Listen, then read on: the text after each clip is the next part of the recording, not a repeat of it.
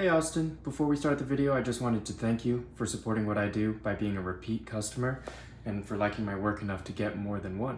So with that out of the way, here's your new lightsaber. This is the OWK1 by 89 Sabers, sold by Corbanth.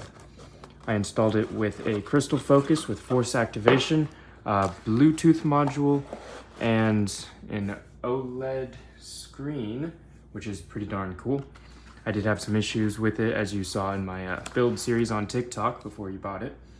I had issues where the first chassis didn't work, had to get a new chassis, reinstall this. I basically installed this twice, but this is what you're gonna get. You're gonna get this lightsaber, and then you're gonna get an alternative, forgot what these were called, but the little pommel cubes.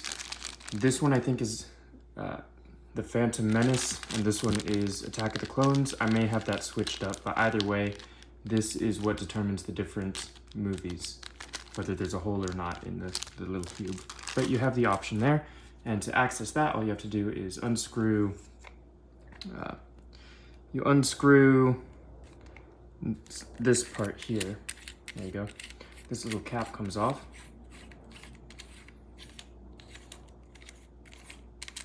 There we go. And as you can see, you can just take this metal part out, boom, replace it with the other one. So I'll put that back in. There we go.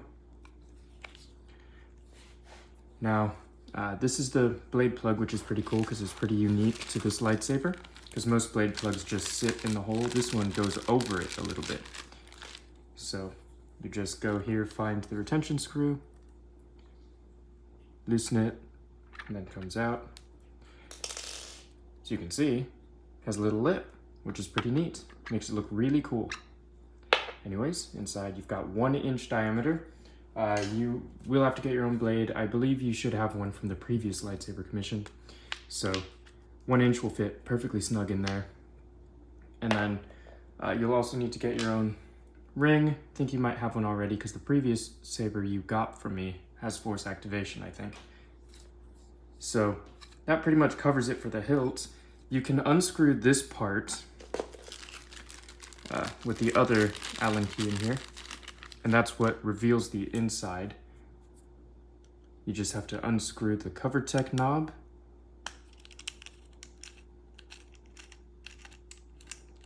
There you are.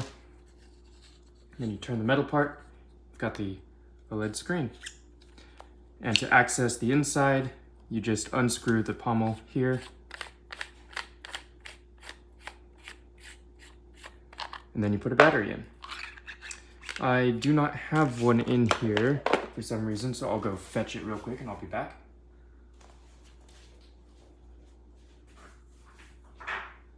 There we go. Just got this one. Negative is towards the board, positive is towards the speaker. And if there's any glitches or if it freezes or anything, because it might happen, it's happened to me a couple times, but it's very, very easy fix. You just take the chassis out, remove the battery, put it back in. You've got your SD card on top. You will never need to access the micro USB port because you have the Bluetooth app, and you can do absolutely everything you need on there. As you can see, we have this. There's no buttons on the chassis here. The buttons activate once it goes inside the hilt. This is the connector. Make sure the pins land in place, and then you screw the pommel on. Right now it's in sleep mode. It's got screensavers. As you can see, you can just turn it on by either pressing the button or force activation. Animation, and then you can scroll through the different animations.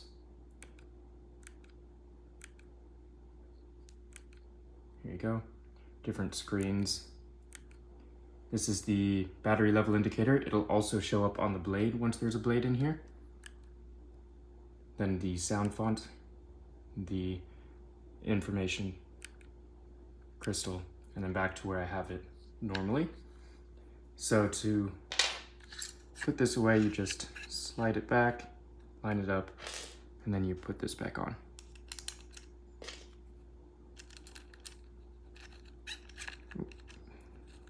think I got it. There we go. So now this is the activation. This is the auxiliary. Just tap it. Smooth swing, of course. You've got your clashes.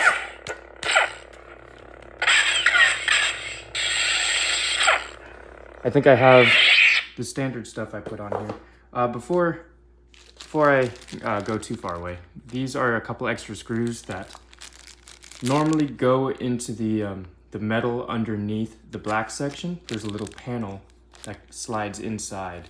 That doesn't move, it stays there well with friction, but these screws are supposed to go there. But once I put the little module for the buttons and the NeoPixel connector up there, it didn't allow for enough sliding room for the metal to reveal the holes for the screws. But you have the screws nonetheless, and I'll be giving it to you. Now, I'll put the blade in. You don't need to keep anything in mind too much with this, but as always, just kind of put it in clockwise, I guess, but it shouldn't have too much strain. So you just tap it, localize effects, and then I'll show you the Bluetooth. As always, the code is just 6 zeros. You may need to go to ForceSync first in order to connect it, but the CrystalFX, I think that's what it's called, CrystalFX, the app, that's the one you're going to need for this Bluetooth. And you've got the FSC BT909, you'll type in the 6 zeros, and then you have control. You can update your firmware, you can update your blade profiles from an online library. You can do all these crazy things on the Bluetooth app. So I'll just show you the basic power on, power off. Got all your different fonts here. Purple. Red. I don't remember exactly how many I have on here, but it's quite a lot. You are as clumsy as you are stupid.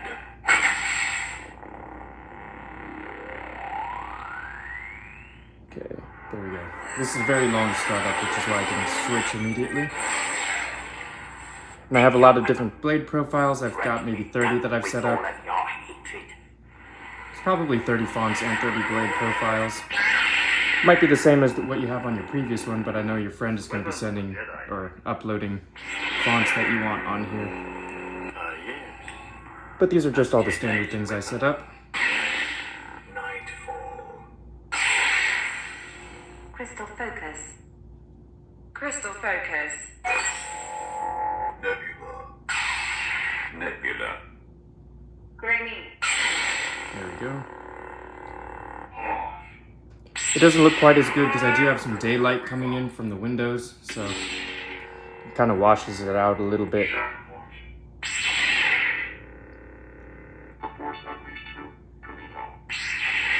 Yeah, I've got quite a lot of fonts on here.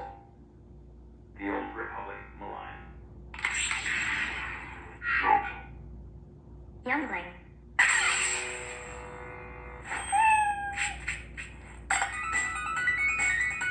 This is General Kenobi. You can't win.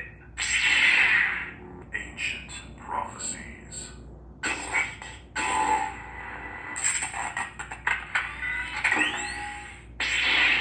There we go. So I scrolled through pretty much all of the different fonts on there. If you ever have any issues, just let me know and I can send you the fonts to re-upload if you need to. Just format the card. I'd recommend copying all the data on the SD card, putting it in a file on your computer, formatting your card or reformatting the card, and then copy pasting what was there back onto the Lightsaber. But I'm sure your friend knows how to do all that stuff, so you can rely on him for a little bit of help there. But if you have any questions, you can always ask me. If it's got any issues, you can let me know and I will help you out as best I can. And yeah, that's pretty much everything you need to know about this lightsaber. It's very basic, very simple, and easy to manage. I'm a very big fan of this lightsaber. It's beautiful. Can't wait to get one for myself. I hope you enjoy it. And as always, may the Force be with you.